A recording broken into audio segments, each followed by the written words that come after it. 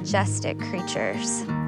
And when you can watch them in their native habitat, and their ability to move through that terrain is impressive.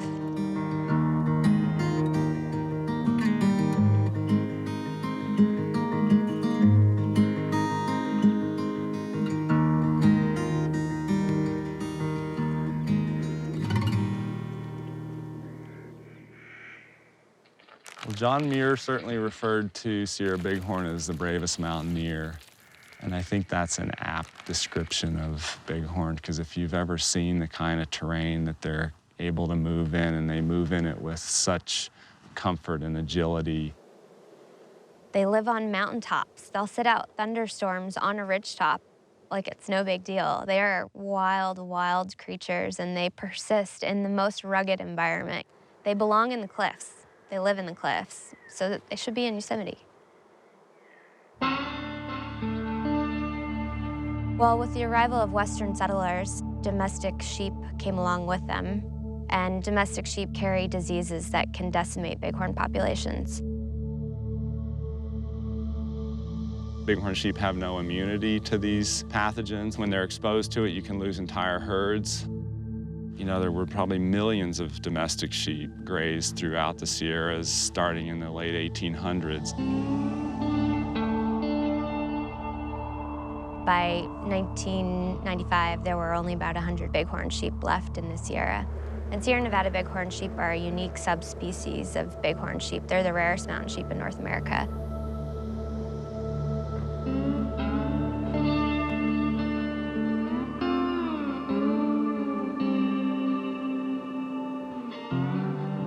This distinct subspecies is endangered because of its extremely low numbers and vulnerability to disease.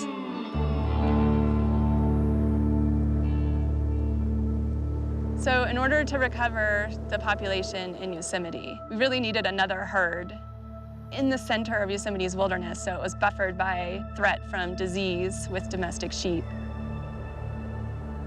When you look at a lot of endangered species recovery efforts throughout the U.S., they are bleak. You know, they are on the decline.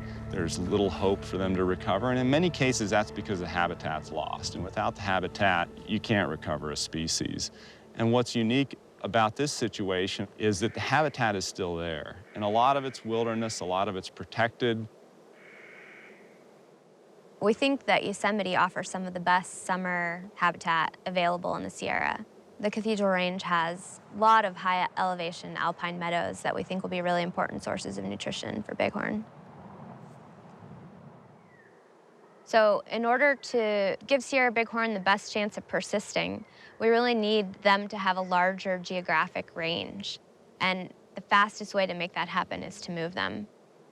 Well, today we're in Yosemite National Park. We're in the Upper Merced watershed, and right behind me are two metal crates, and inside the crates are Sierra Nevada bighorn sheep. These bighorn sheep have had quite a day today. This morning, they were down south in Sequoia National Park in the Mount Langley area. That herd had enough females to where we could remove these sheep from that herd and now reintroduce them back into Yosemite.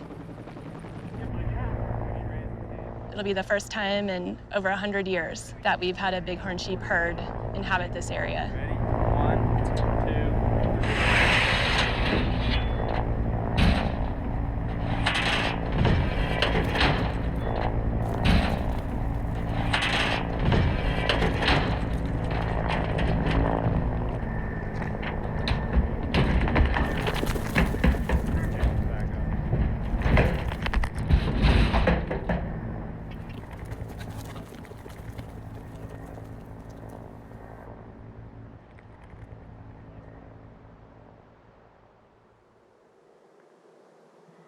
It's always difficult to know, okay, is it okay to be excited yet? Because we opened the boxes and turned the ewes out, and it couldn't have gone more smoothly. But I'm thinking, well, we don't have any rams here yet, so we need to get the rams. So it was a time to celebrate, but we knew that we couldn't really celebrate until we got the rams in.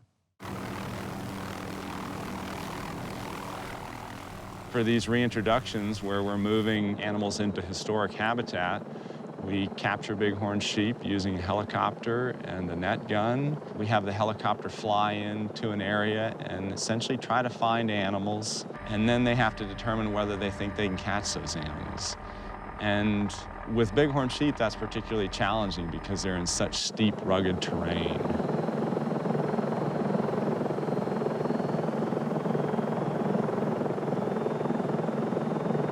They pursue a group of sheep and wait until they have a safe shot in safe terrain.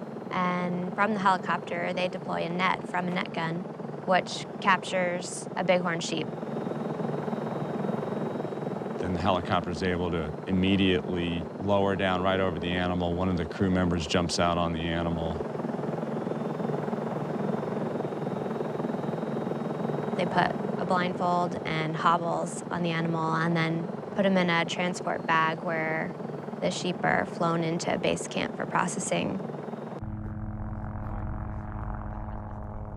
The recovery effort has only been able to be successful by this huge collaborative effort with the National Park Service at Yosemite and Sequoia and Kings Canyon National Parks, Inyo National Forest, Humboldt-Toiyabe National Forest, U.S. Fish and Wildlife Service, my department, California Department of Fish and Wildlife.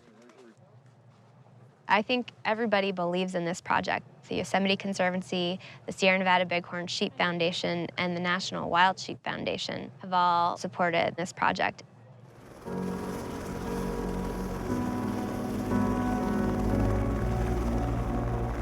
I've seen us go from really being close to the verge of extinction, you know, where we were seriously talking about pulling animals out of the wild and starting a captive breeding effort. Now we're up to around 600 animals.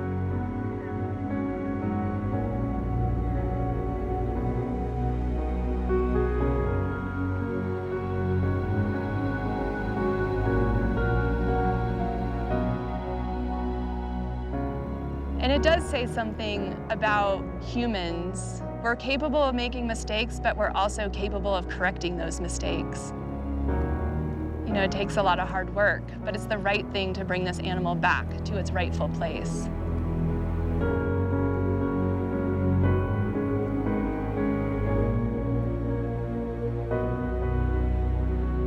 People are going to be able to see bighorn sheep in Yosemite.